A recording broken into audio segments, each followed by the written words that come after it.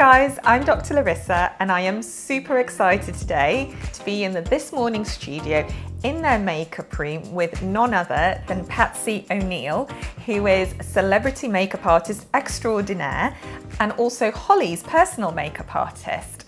So she is responsible for creating that gorgeous glowy look, which we all know and associate Holly with.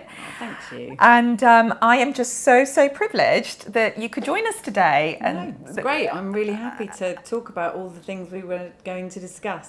I can't wait for us to hear your tips, to share your stories, for you to do some makeup looks with us. But I just have to point out, this woman is so in demand. I mean, you literally go everywhere. You travel everywhere, don't you, with Holly? And she's booked me out pretty much. She has. She's booked you out for life, as you say. So I'm just so grateful that you could join us today and that you could help my viewers out, because I know that this is a subject, makeup and skincare is a massive subject that matters so much to women. And, you know, I, for one, am completely addicted to it. I love looking after my skin. I love makeup. You know, every time I go away on holiday, I literally carry trucket loads of it with me, you know, and pile out the whole. Is that what you do? I imagine I've just seen your 3 makeup cases, actually. Yeah, it's ridiculous amount of makeup that I possess. It's not too different to mine, actually. But what I love about the power of makeup and the power of skincare is just how amazing it makes a woman feel. Oh, yeah. Right? If you're feeling rubbish inside, it can transform your confidence on the outside. Yeah. It's little small things.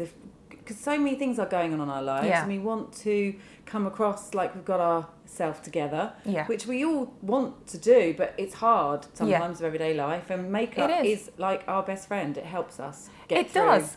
Get through the day. Skincare just helps put the sort of foundation work in. Yes, exactly. And I think, you know, it really helps with confidence. And when you've got a lot going on, and, you know, most of us now have careers and are busy, or we're busy with children, and we've got so many demands on our time.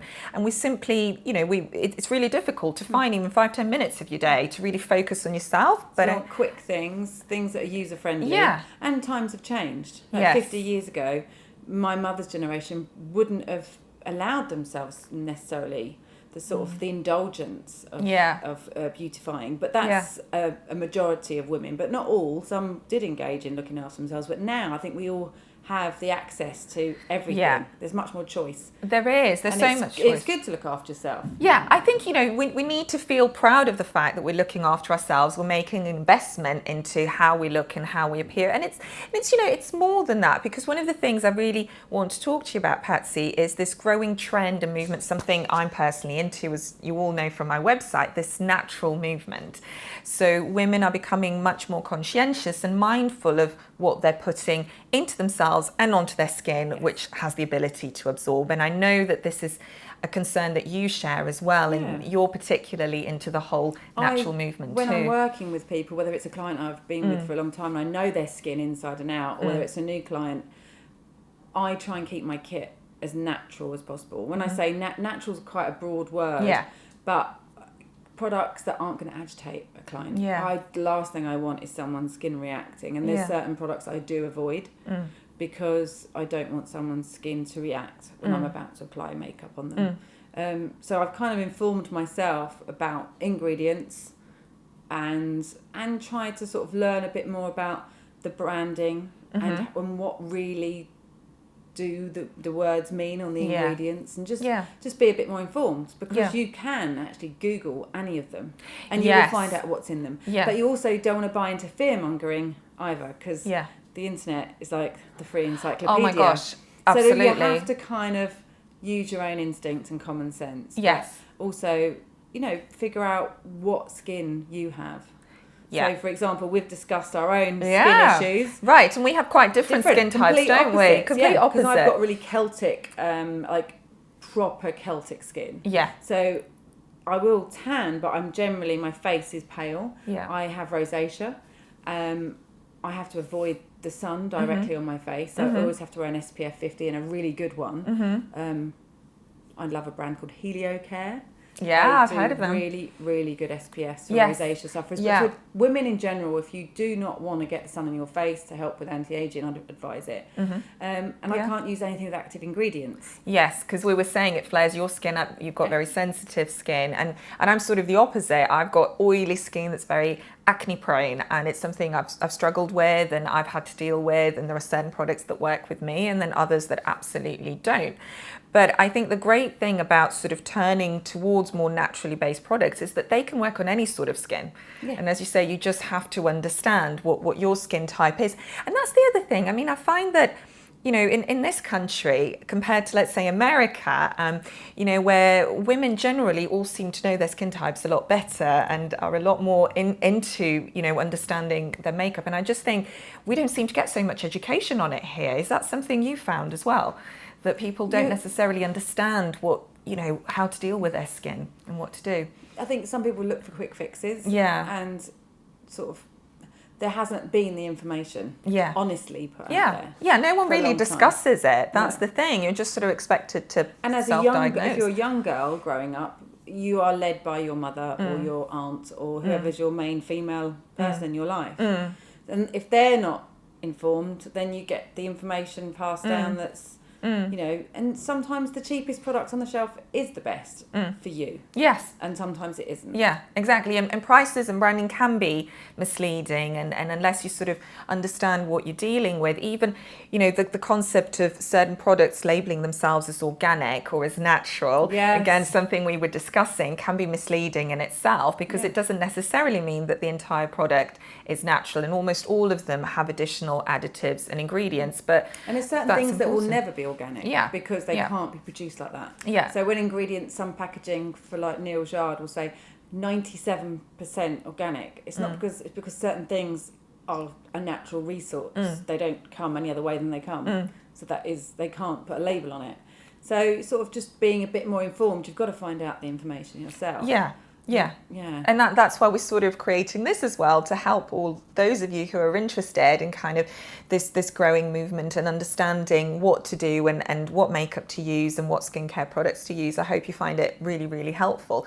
So one of the other things that I think people really struggle with is, you know, as well as understanding what's gone on into a product, is also there's this misconception, or is it a misconception, that natural products aren't necessarily as effective or can't do the job that, you know, other products that have got more powerful agents are designed to do. Do you find because people we say have that? peels now with glycolic acid and salicylic acid, and the lines are blurred, and people are like, what am I doing?